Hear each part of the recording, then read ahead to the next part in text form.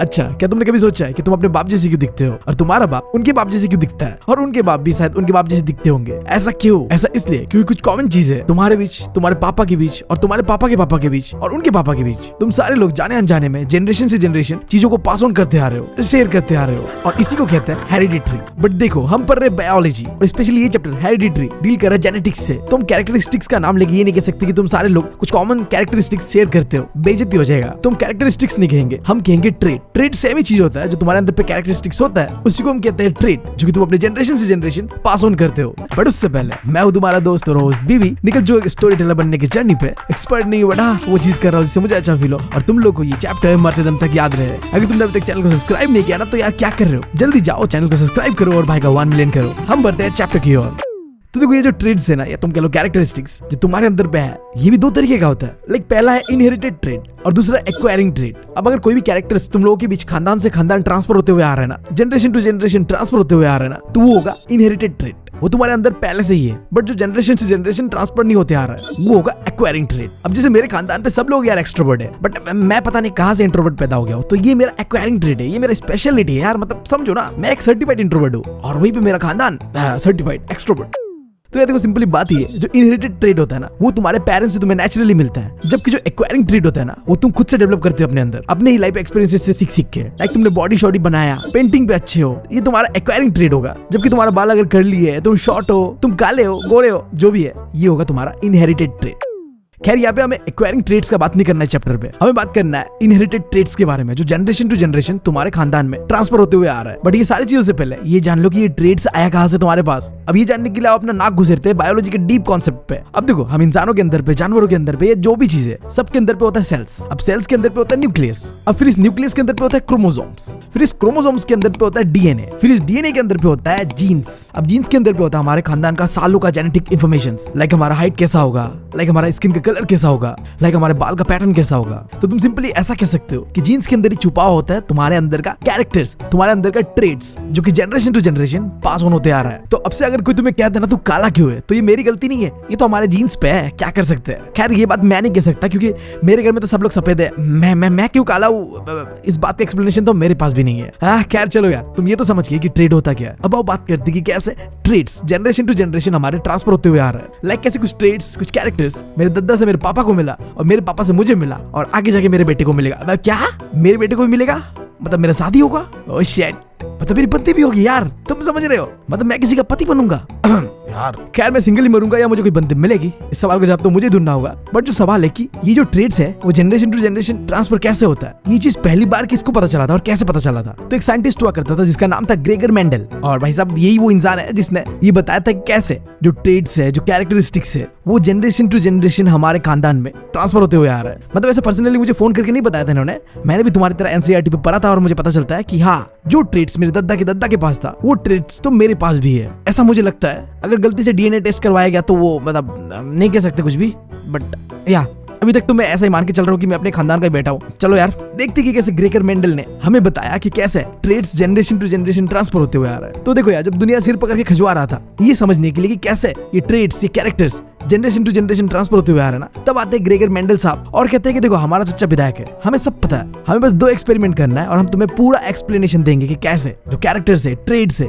वो generation to generation transfer होते हुए आ रहा है। बट रुको यार, एक्सपेरिमेंट से पहले थोड़ा मेंडल चाचा का इंट्रो कर लेते हैं। लाइक मैंने बताया, जो मेंडल चाचा है हमारा, ये फादर ऑफ जेनेटिक्स, इन्होंने पहली बार पता करा था कि कैसे traits generation to generation transfer होता है, और इस चीज के ऊपर इन्होंने रूल्स भी दिया था, जिसे हम कहते हैं rules for inheritance of traits, जिसके लिए उन्होंने एक्सपेरिमेंट करा था पी के साथ। हाँ, अजीब सा प्लांट है, गेस करो क्या हो सकता है? अरे यार, मटर। मुझे तो समझ नहीं आ रहा कि इस बंदे को मटर के ऊपर एक्सपेरिमेंट करने का आइडिया कहां से आया। मैं तो मटर देखता हूं तो मुझे मटर पनीर का याद आता है, कैसे लगता है ना खाने पे। कमेंट में बता दो यार, तुम में से किन का फेवरेट है मटर पनीर। तो अगर तुम्हें हमारे सीबीसी वाला चच्चा ये क्वेश्चन पूछ दे कि बताओ, मेंडल साहब ने अपने एक्सपेरिमेंट में पी प्लांट को क्यों चुना? कुछ और चुन लेते यार, दुनिया में इतने सारे प्लांट्स हैं और हम भी तो है, हमारे ऊपर कर लेते एक्सपेरिमेंट। देखो, इसका बहुत अच्छा एक्सप्लेनेशन दिया उन्होंने। पी प्लांट्स को उगाना बहुत ही आसान रहता है, और दूसरा चीज, इनका लाइफ साइकिल भी बहुत छोटा छोटा रहता है। अब मान लो एक्सपेरिमेंट हम इंसानों के ऊपर होता है, तो मेंडल साहब कितने जनरेशन के इंसानों के ऊपर एक्सपेरिमेंट करते हैं? मुश्किल से मेंडल साहब बस 1 या 2 जनरेशन के ऊपर स्टडी कर पाते हैं। बट इन पी प्लांट्स के ऊपर मेंडल साहब ने 3-4 जनरेशन के ऊपर स्टडी करा, क्योंकि इन पी प्लांट्स का लाइफ साइकिल छोटा था। और तीसरा चीज, इन पी प्लांट्स के अंदर पे क्रॉस पोलिनेशन आसानी से करा जा सकता है। मतलब 2 प्लांट लिए हमने और उनके बीच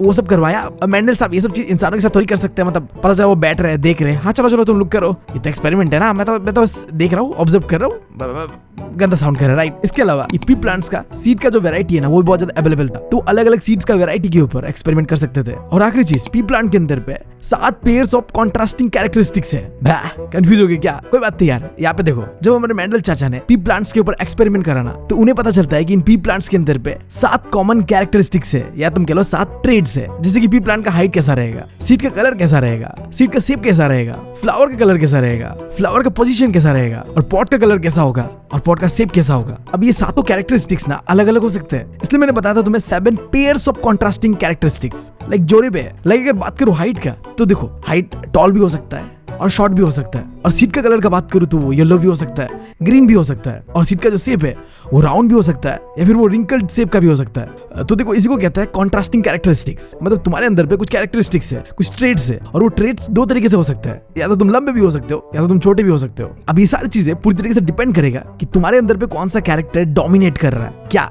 डोमिनेट? समझ नहीं आया? चलो यार सिंपली समझाता हूँ। देखो यार, तुम्हारे अंदर पे 2 कैरेक्टर्स होता है, एक जो तुम्हारे पापा से मिला हुआ, एक जो तुम्हारे मम्मी से मिला हुआ। बट आज तुम जैसे भी हो, तुम्हारे अंदर पे जो भी चीज दिख रहा है ना, वही होगा डोमिनेंट कैरेक्टर। समझ मान लो तुम्हारा पापा है काला और तुम्हारी मम्मी है गोरी, मतलब तुम्हारे अंदर पे काले गोरे दोनों ही कैरेक्टर्स है, बट तुम काले दिख रहे हो, तो जो दिखता है तुम्हारे अंदर पे वो होता है डोमिनेंट कैरेक्टर। ब्लैक जो डोमिनेट कर रहा है तुम्हारे अंदर पे, इसलिए तुम ब्लैक हो। अगर तुम्हारा किस्मत अच्छा होता और सफेद डोमिनेट करता तो तुम शायद सफेद होते, बट वो नहीं कर रहा। तो जो कैरेक्टर डोमिनेट नहीं कर रहा होता है बट तुम्हारे अंदर वो होता है, उस कैरेक्टर को कहते हैं रिसेसिव कैरेक्टर्स। अब यहाँ पे एक बहुत इंपॉर्टेंट चीज बता रहा हूँ, आगे बहुत टेक्निकल चीजें होने वाला है, थोड़ा जेनेटिक्स के बारे में पढ़ेंगे। तो तुम्हें आगे कहीं भी अगर अपने अंदर पे जो 2 कैरेक्टर्स होते हैं उनमें से डोमिनेट वाला कैरेक्टर दिख गया ना, तो वो कैपिटल लेटर पे दिखेगा तुम्हें, और जो रिसेसिव कैरेक्टर होगा ना, वो तुम्हें स्मॉल लेटर पे दिखेगा। अब देखो, इससे पहले काम बड़े मेंडल साहब का एक्सपेरिमेंट को देखने तुम्हें 3-4 चीजें जान लेना बहुत जरूरी है, वरना ये एक्सपेरिमेंट तुम्हारे सर के ऊपर से जाएगा और फिर तुम मुझे कहोगे कि भैया तुमने क्या मस्त बाउंसर मारा मेरे सर के ऊपर से, मुझे तो कुछ समझ नहीं आया।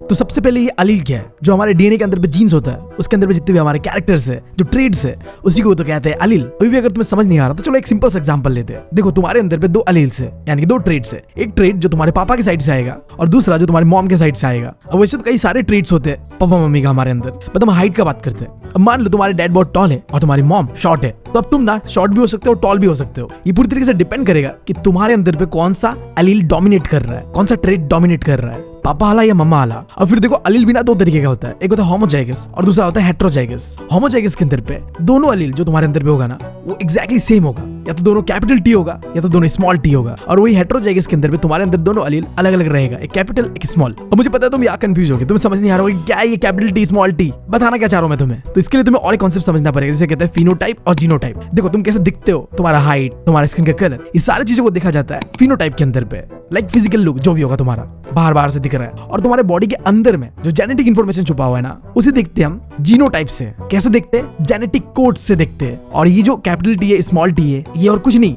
जीनोटाइप है, जेनेटिक कोड से, जो तुम्हारे डीएनए में होता है, तुम्हारे जीन्स में होता है, और खानदान से ये पास ऑन होते आ रहा है। एक तुम्हारे मॉम के साइड से आएगा और एक तुम्हारे डैड के साइड से आएगा। अब जैसे मैंने यहाँ पे हाइट का जेनेटिक कोड को दिखाया है, लाइक कैपिटल टी जो होगा दोनों टी वो टॉल को दिखाएगा, और जो स्मॉल लेटर वाला टी है वो दिखाएगा हाइट तुम्हारा छोटा है, शॉर्ट है। तो आई गेस अब तुम्हारे अंदर पे चीज क्लियर है, कैपिटल टी स्मॉल टी का क्या मतलब होता है। तो अब बढ़ते हैं मेंडल चाचा का पहला एक्सपेरिमेंट को देखने, जो कि है मोनोहाइब्रिड क्रॉस। अब इस एक्सपेरिमेंट के अंदर पे बस एक ही कैरेक्टर को स्टडी करा गया है। मेंडल चाचा क्या करते हैं? पी प्लांट का बस हाइट के ऊपर एक्सपेरिमेंट करते हैं। याद है मैं तुम्हें बताया था, पी प्लांट्स का 7 कैरेक्टर्स होता है, लाइक हाइट, सीड का कलर, सीड का शेप। तो इस पहले एक्सपेरिमेंट में बस हाइट के ऊपर ही स्टडी करा गया।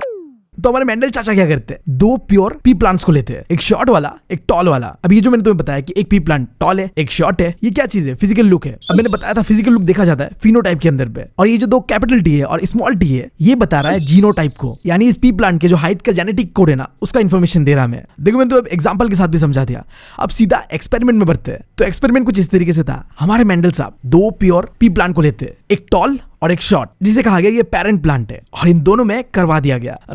हाँ, वही चीज जो करके बच्चे पैदा होते हैं। अब ये चीज होने के बाद जो नेक्स्ट जनरेशन आता है, जिसे कहा गया F1 जनरेशन, उसके अंदर हमारे मेंडल चाचा ने देखा कि सारे प्लांट टॉल है। अब ऐसा क्यों पता है? अगर तुम ध्यान से इन सारे प्लांट्स का जेनेटिक कोड को देखते हो, यानी जीनोटाइप को देखते हो, तो इन सारे प्लांट्स के अंदर पे कैपिटल टी है। और देखो कहानी का लुब्बे लुब्बा सी है कि ये कैपिटल टी एक डोमिनेट कैरेक्टर है। तो मैंने क्या बताया था तुम लोगों को, अगर तुम्हारे अंदर पे दोनों डोमिनेट और रिसेसिव कैरेक्टर होता है तो तुम कैसा दिखोगे, जैसा डोमिनेट कैरेक्टर दिखता है, यानी कि तुम सारे के सारे टॉल दिखोगे। और इस एक्सपेरिमेंट के अंदर भी वही हो रहा है। F1 जनरेशन यानी फर्स्ट जनरेशन के अंदर पे सबके अंदर पे कैपिटल टी है तो सारे के सारे टॉल है। तो एक्सपेरिमेंट के इस पार्ट पे हमारे मेंडल साहब को समझ आया कि जो F1 जनरेशन है वहां पे एक कैरेक्टर जो डोमिनेट कर रहा है सबके अंदर पे, इसलिए सारे के सारे प्लांट टॉल ही बनते हैं। अब मेंडल साहब को और चुल मचता है तो वो करते हैं सेकंड जनरेशन का स्टडी। अब फर्स्ट जनरेशन का दो टॉल प्लांट्स को लेते हैं जिनका जेनेटिक कोड ऐसा होगा कि एक कैपिटल टी होगा एक स्मॉल टी होगा दोनों ही प्लांट्स के अंदर पे, एंड दोनों के बीच करवा देते हैं।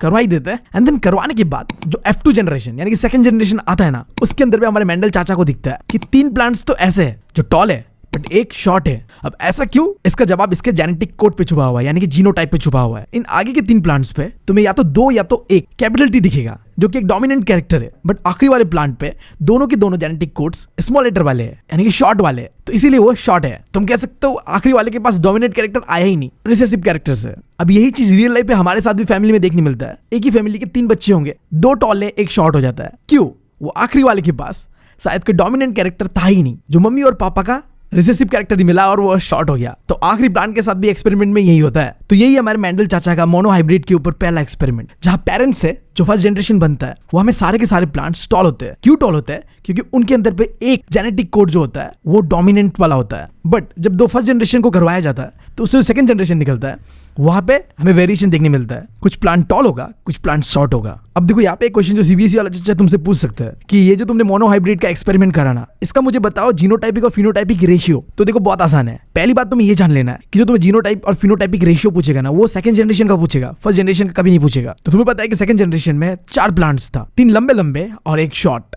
जो इसका फिनोटाइपिक रेशियो होगा, जो कि देखता है फिजिकल लुक्स को, वो होगा 3:1। और जो बात रहा जीनोटाइपिक रेशियो होगा वो होगा 1:1, यानी कि एक प्लांट जिसके अंदर पे दोनों ही कैपिटल टी होगा और 2 प्लांट ऐसा होगा जहां पे मिक्स होगा, स्मॉल टी भी होगा कैपिटल टी भी होगा, और आखिरी में एक ऐसा प्लांट होगा जिसके अंदर पे दोनों ही स्मॉल टी होगा और वही प्लांट होगा शॉर्ट प्लांट।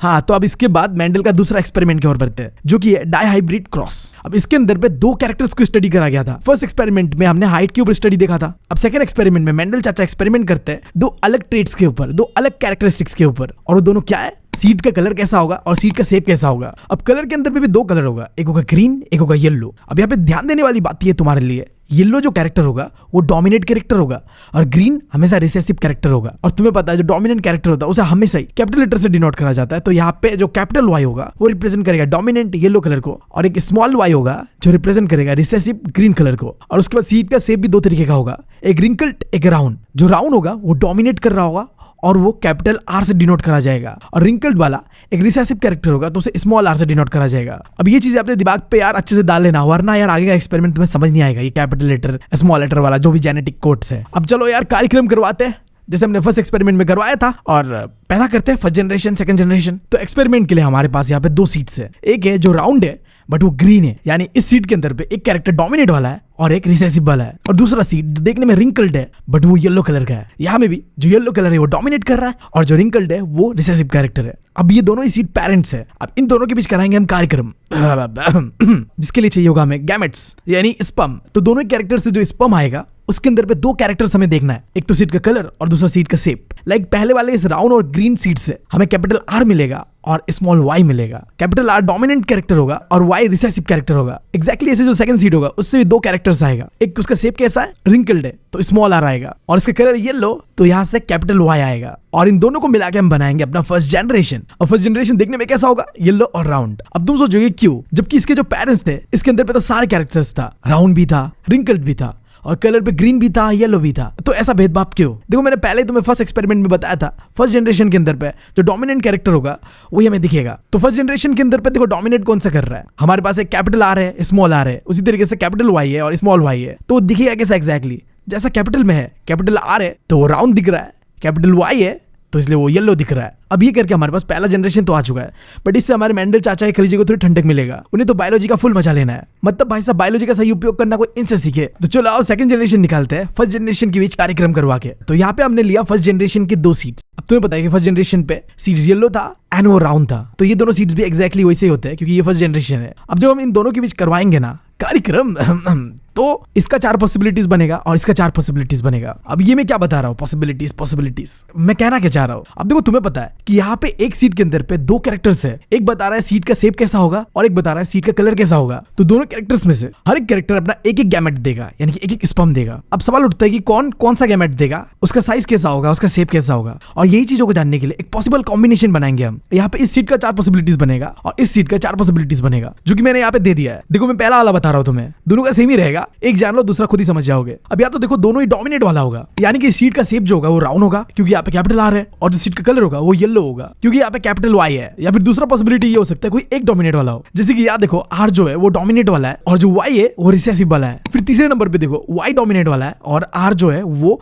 रिसेसिव वाला है। और आखिरी पॉसिबिलिटी ये बन सकता है कि ये दोनों के दोनों ही रिसेसिव हो। तो अब यहाँ के 4 और यहाँ के 4 मिलके बनते हैं 8 पॉसिबिलिटीज, और अगर हम इन सबको कंबाइन कर दे तो हमें मिलेगा 16 वेराइटीज ऑफ सीट्स। मतलब देखो अलग अलग कॉम्बिनेशन मिलेगा हमें 16 वेराइटीज ऑफ सीट्स का। और ये सब क्यों हो पा रहा है, क्योंकि जैसे कि हमने मोनो हाइब्रिड में देखा था कि सेकंड जनरेशन में बस 4 बना था, बट यहाँ पे सेकंड जनरेशन पे पूरे 16 बनेंगे। 16 अलग अलग कलर और शेप तुम्हें देखने मिलेगा। तो इन 16 वेराइटीज ऑफ सीट्स को दिखाने के लिए हम एक टेबल का इस्तेमाल करेंगे। अब इस टेबल का नाम है पंच स्क्वायर। अब इस टेबल के अंदर पे ऊपर नीचे पे हम दोनों ही सीट्स का 4 पॉसिबल कॉम्बिनेशंस को लिखेंगे। लाइक पहले सीट्स का कॉम्बिनेशन को हम ऊपर लिखते हैं और सेकंड सीट का हम नीचे लिखते हैं। अब इसके बाद हम हर एक जीन को एक दूसरे के साथ कार्यक्रम करवाएंगे, जैसे हम हमेशा करवाते हैं। अब तो लग रहा है मैं भी एक्सपर्ट हो गया कार्यक्रम करवाने में लोगों का, आई मीन प्लांट्स का। एटलीस्ट एक्सपेरिमेंट के तौर पे तो कर ही रहा हूँ। जितना मजा मेंडल चाचा को आया था मुझे भी उतना आ रहा है यार, मतलब मजा आ रहा है कार्यक्रम करवाने में। अब देखो 16 में से मैं तुम्हें 8 कॉम्बिनेशंस को समझा देने का ट्राई करूंगा, बाकी जो 8 होगा वो तुम खुद से करोगे। अब पहला कॉम्बिनेशन लेते हैं, जहां यहाँ पे भी देखो शेप और कलर का दोनों ही डोमिनेट कर रहा है और यहाँ पे भी सेम शेप और कलर का दोनों डोमिनेट कर रहा है, कैपिटल आर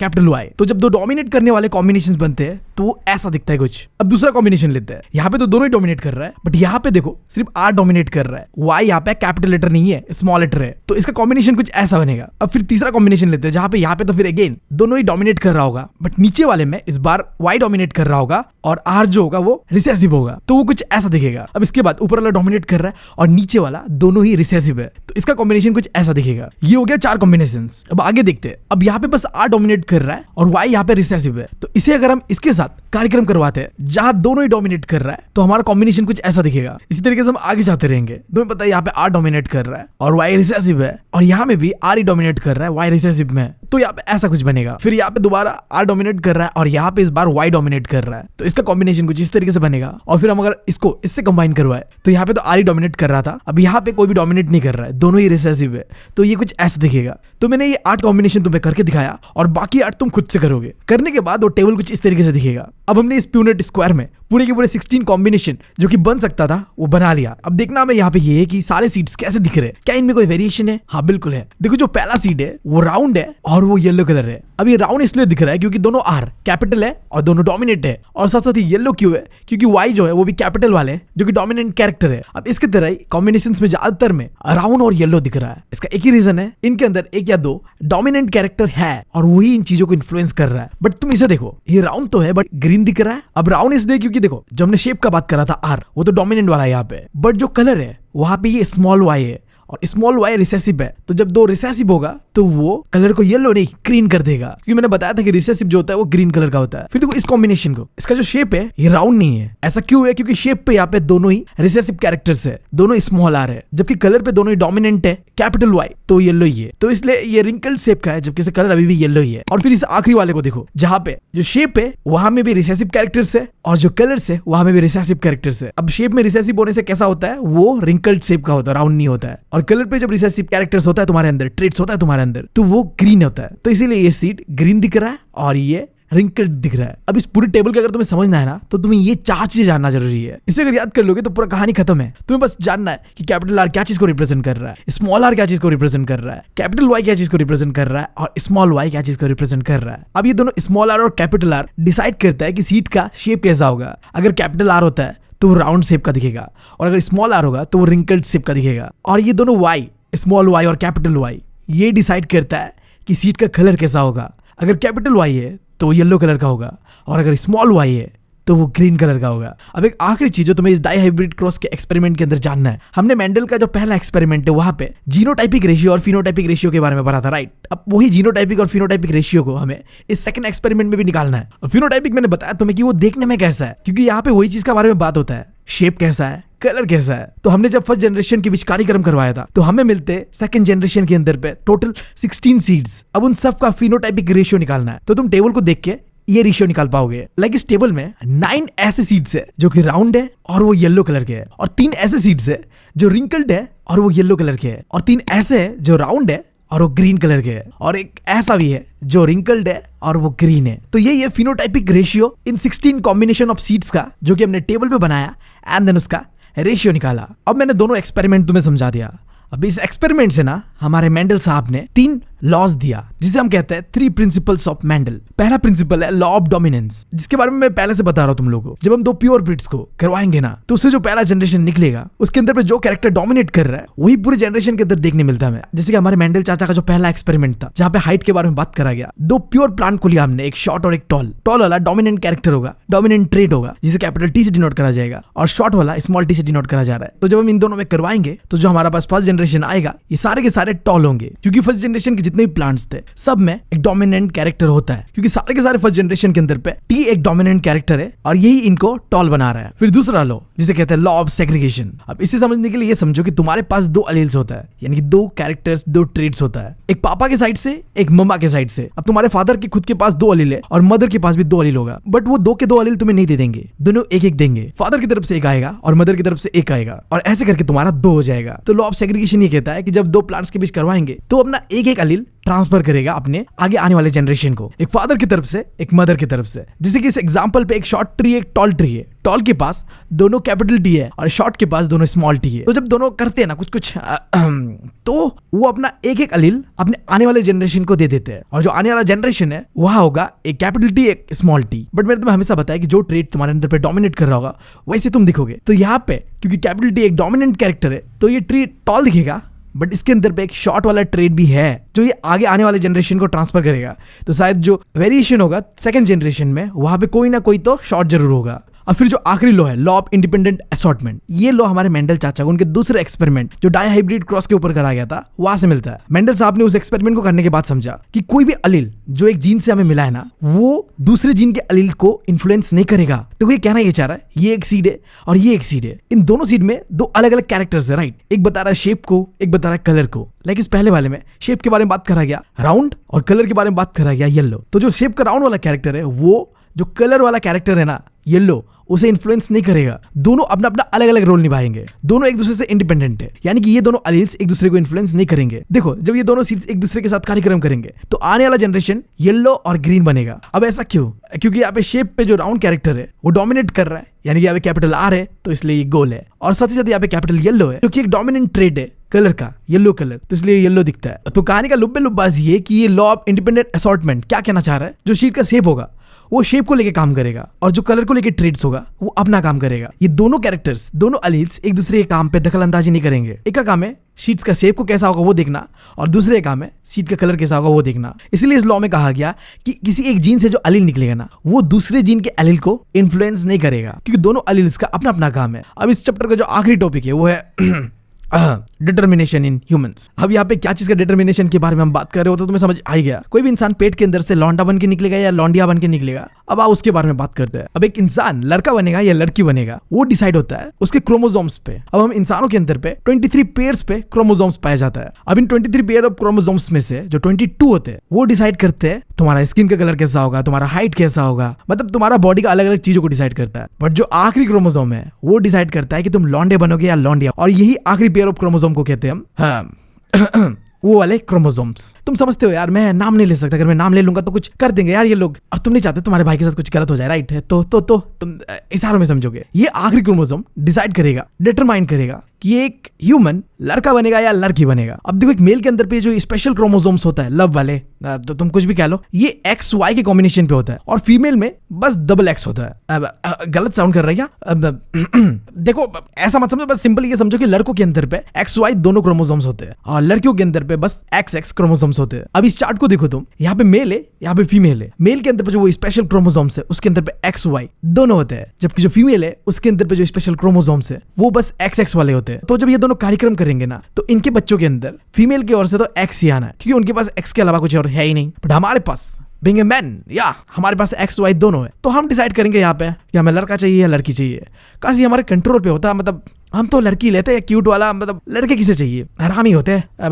बट ऐसा करूंगा तो फिर पॉपुलेशन आगे कैसे बढ़ेगा, वो भी बात है। अच्छा भगवान ने हमें ऐसी चीजें नहीं दिया, वरना बहुत गलत चीजें करते इसके साथ। इसीलिए मम्मी बचपन से कहती है मुझे जो भगवान करते हैं वो अच्छे के लिए करते हैं। पता नहीं मैं क्यों भगवान बनने का हमेशा कोशिश करते रहता हूँ। क्या क्या क्या टॉपिक पे वापस आता है। तो जो डिसीजन होगा कि जो पेट से निकलने वाला बच्चा है वो लड़का होगा या लड़की, वो एक मेल डिसाइड करता है। आई मीन मेल डिसाइड नहीं करता, बट मेल के अंदर पे जो 2 क्रोमोसोम्स होता है एक्स वाई, वो डिसाइड करता है। अगर मेल की ओर से वाई क्रोमोसोम्स मिलता है तो एक्स और वाई मिलके बनेगा एक बॉय, और अगर मेल की ओर से एक्स क्रोमोसोम्स आता है तो दोनों एक्स मिलके बनेगा एक लड़की यानी एक गर्ल। तो इसी ज्ञान के साथ ये चैप्टर होता है खत्म। इतना तो मुझे समझ आया कि मेरे अंदर पे एक्स वाई दोनों है। तो मेरा जो फ्यूचर होने वाला वाइफ होगा, मैं उसे जरूर कहूंगा कि देखो यार, मैं तो अपनी तरफ से एक्स ही दूंगा, क्योंकि मुझे तो यार बेटी चाहिए।